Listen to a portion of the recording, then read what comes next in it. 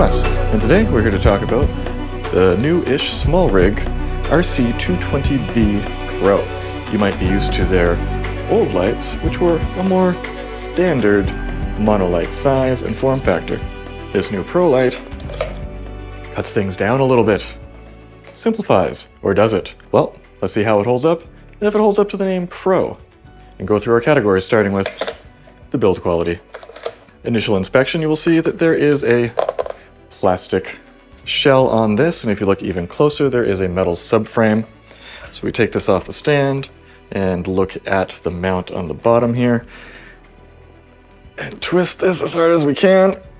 There is no flex whatsoever, so obviously that metal subframe is pretty strong. As always, I attempted to disassemble this. I disassemble all the lights that I review.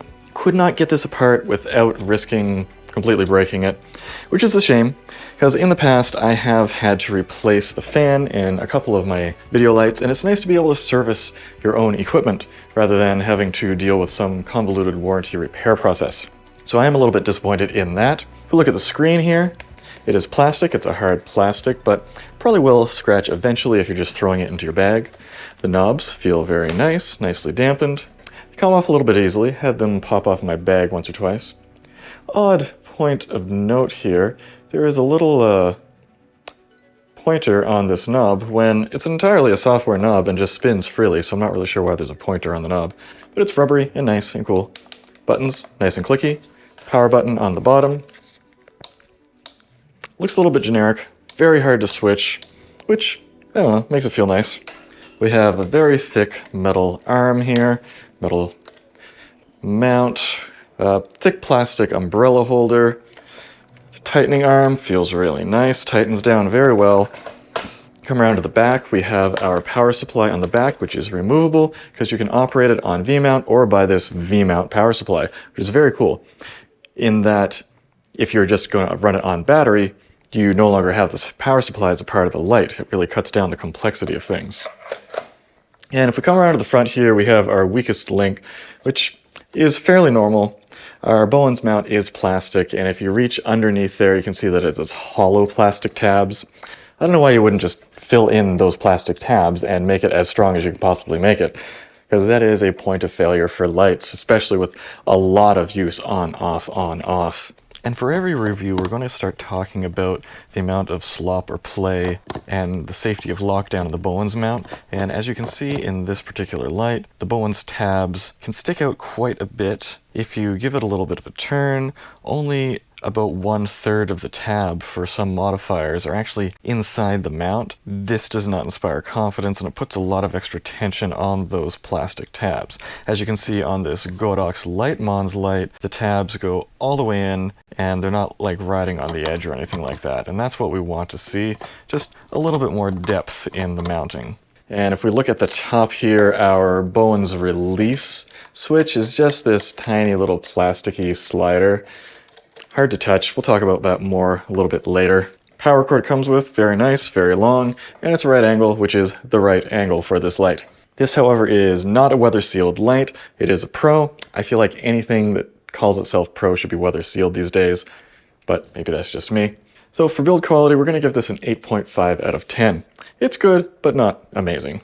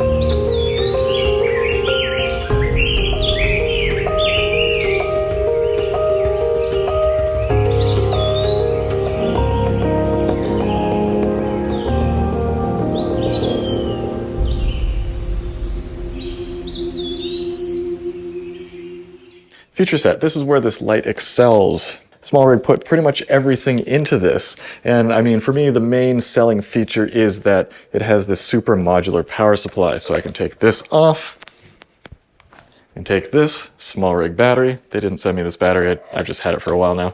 Slap it on and boom, we're running on battery power. But when we're on battery power, we are a little bit limited. Our maximum power output is 68%.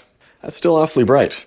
Brighter than you might think in some circumstances though, because if you look at the front of this, there is a lens on the front. Unlike most CLB LED monolights, it is glass, good for build quality. And this changes the focus of the light just a little bit. They say that it smooths out the CLB elements, and I can see that it's a little bit foggy, and it angles the light just a little bit.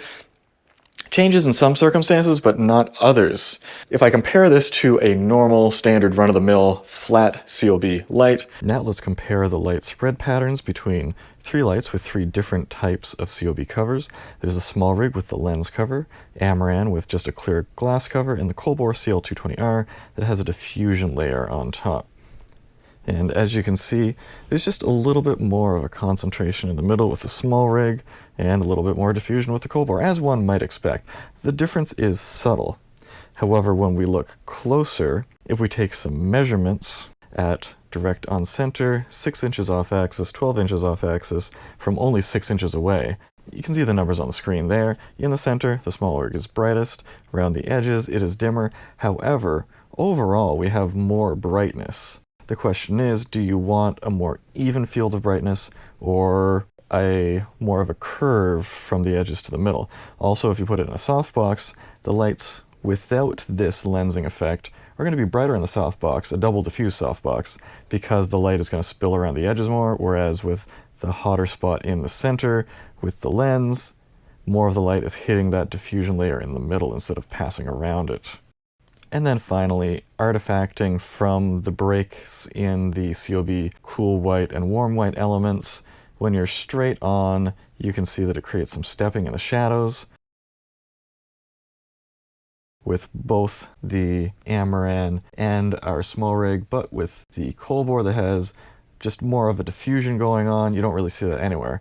And at the same time, with both the Amaran and the Smallrig, this only occurs when the light is oriented in a particular lateral matching orientation to what is casting the shadow. So it doesn't happen a lot, only in one orientation, and it's a little bit hard to see. It has Bluetooth app integration and also controls the effects that way. App is very simple. We'll show the effects very soon. One surprise is we do have a mini DMX port on the bottom. That's becoming rarer and rarer. I mean, it's nice to have a full-size one, but I get it. They made a tiny body this time. Hard to fit a full-size port. It's better than nothing.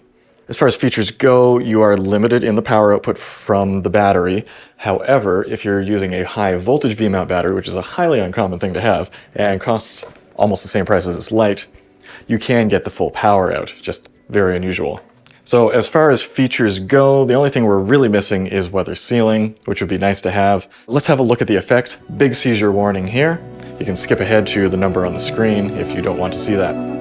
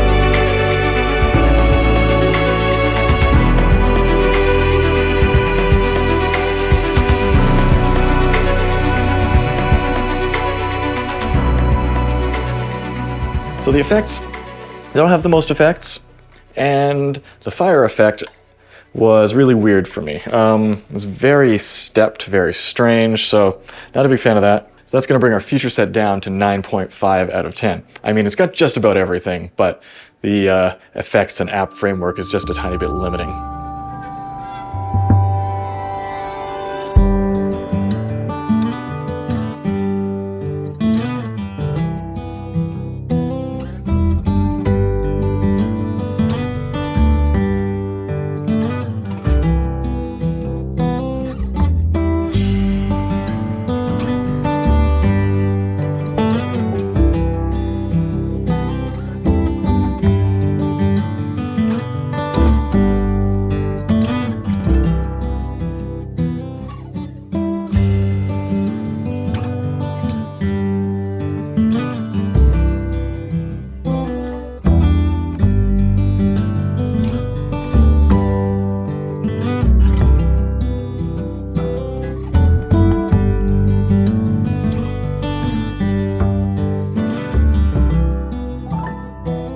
Usability. This is where things take a bit of a turn. We have some positives. Obviously, fully designed for native battery use, no dongles or adapters, just boom, it's right on there, that's great. The knobs, control knobs are lovely, you got a full color display, very compact size. Power switches on the bottom where if you have it on a light stand, you can get it more easily. App works well, it's very simple. However, we have some negatives, and some of those are double-edged swords that we just talked about. Can't get full power on the battery. And when I was using it outside and it was very cold out, it was like minus 15 C, maybe minus 20 almost. I couldn't get this past like 10%. It kept backing off. And I had 3 different V-mount batteries with me. I tried all of them, all did the same thing. So there was some sort of a thermal issue here. I tried it again this morning just to be sure before posting. And sure enough, after about 1 minute, the light cut down to 20% this time. And then I stuck a coal bore light out into the cold and it ran for 10 minutes without issue. Now, to be clear, this is not going to be a problem for 99% of people who will never be shooting outside in minus 15 to minus 25 degree temperatures. The Bowens mount is tighty-lefty. I prefer tighty-righty. Everything should be tighty-righty. I know a lot of the big names in business do tighty-lefty, but I don't like that. This screen, let's turn it on. I mentioned that it was nice that it is full color, nice display, but can you see the screen right now? Can you see it? Yeah, oh, there it is. Oh, no, now it's hard. Highly reflective screen and not nearly bright enough to be seen in broad daylight. That's a bit problematic sometimes. I can't see it right now from this angle. From down below, not too bad. Not always great. And another issue we have is, listen to this. So my mic is very close right now, but the fan is always running. Our light intensity is at 0.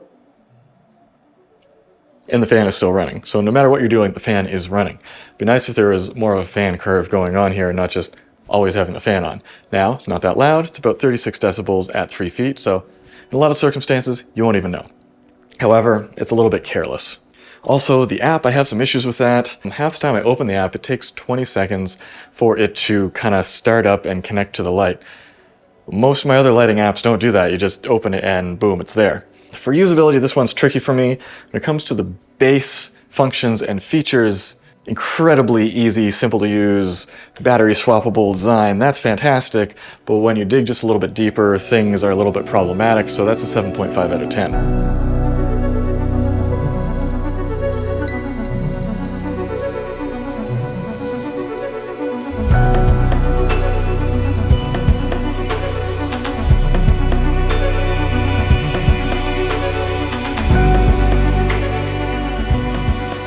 Light quality. Let's break out our charts and graphs here. I've re-architected my whole light rating system. Basically, the big change was to make sure that we were accounting for light quality at 2700, 5600, and 6500. I wasn't really counting 27 and 6500K, so that's for CRI and R9 values. And also really counting shifts in light quality dependent on power output. And unfortunately, that gave a pretty big hit to this light. So at 5600K at 100% output, we had 96.2 CRI, which is fine, not fantastic. When you turn the light down to 10%, it's 98.3 CRI. And here we're going to discover a pattern. If we scroll a little further, R9 is 89 at 100% output at 5600K. Then you turn it down to 10%, it scales, it goes up to 98. So when you power this at 100%, you're getting your lowest light quality. Some other lights are the opposite of that. But unfortunately, most of the time you're not going to be using this at 10%, you're going to be using it at 50% or higher, because I mean, that's what you paid for, that amount of power. The Kelvin shift, not too bad, just goes from 5571 at 100 to 5731 at 10%, but there is a shift. The CCT accuracy, not bad at all, very close at all, 2700, 5600, 6500, very close, not a problem. Overall, it gives us a total score of 82.3 or 8.23 for our light quality. Not class leading, kind of middle of the pack. It's a little bit disappointing for something called Pro, but in my experience, a lot of the more professional lights really didn't excel in light quality, they excelled in build quality. Moving right along to value, and this isn't where I expect a light that is called a Pro light to excel. This light comes in at $330 on the Smallrig website. MSRP on B&H is $370. Pretty cheap. So I'm going to compare this only to lights that have native battery support in excess of 200 watts for the total power. We can look at the C-Ray C300B, that's $630, more power though. Waylight Ninja 400 Mark II, $400. GVM SD 400B Pro, $660. Godox NOLED M200 Bi, $790. Much more pro in build there. Colbor has a couple of lights. They kind of dongle in the batteries. I'm not sure if I should count them. The CL220B is $330, CL220R is $400. Pretty close in price and not 100% native on the battery. So I have to give this a 10 out of 10 for value, which gives us a total score of 87.3%, which is pretty high. It's near the top of our charts. But it begs the question for me, why isn't this more expensive? Like, Smallrig put the Pro name on this, and they make a lot of really cool stuff. I feel like they should have gone just a little bit higher end with this. You know, attack the Godox NOLED lineup, because that's Godox's Pro series, whereas this is kind of cheaper than their existing lights. I'm not saying it's bad. I'm just saying that there was another market segment that they could have gone for while using the name Pro. I go hard on people who say Pro, okay? Solid score. What do you think about this, the new RC220B Pro? Is it pro enough for you? Does that name matter? Does this have everything that you need? Any questions about it, let me know down in the comments below. If you want to pick one up, there'll be links down in the description to help support this channel and feed my fat cats. But until next time, let's go wireless and go take some photos.